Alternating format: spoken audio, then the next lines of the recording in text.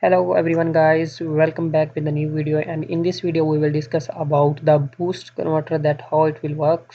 In this circuits we are simply using inductor and a capacitor, a diode and a transistors with the digital signals, you can say square wave, and a resistor.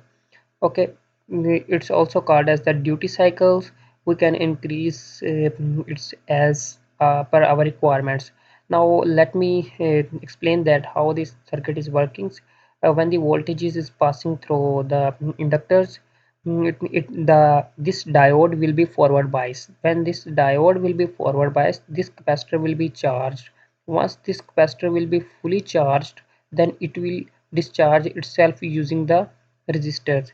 And here we are taking the output voltage which is parallel to the resistors. And so what is the functionings of this transistors, why we are using, so we can directly use this diodes and capacitors. Basically this is controlling the current, you can say.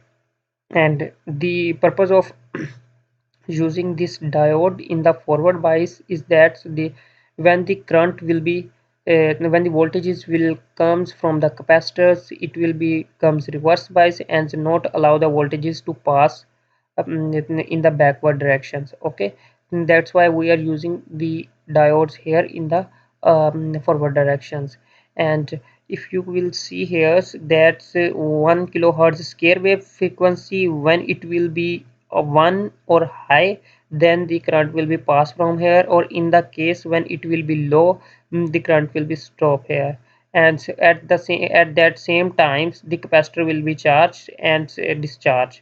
Okay, and it's discharging through the resistors. Now if we want to increase more than 14 volts using the 5 volts, then simply we have to increase the number of capacitors or capacitors. By this we can easily increase the voltages at the output. So that's it for today. Thank you so much.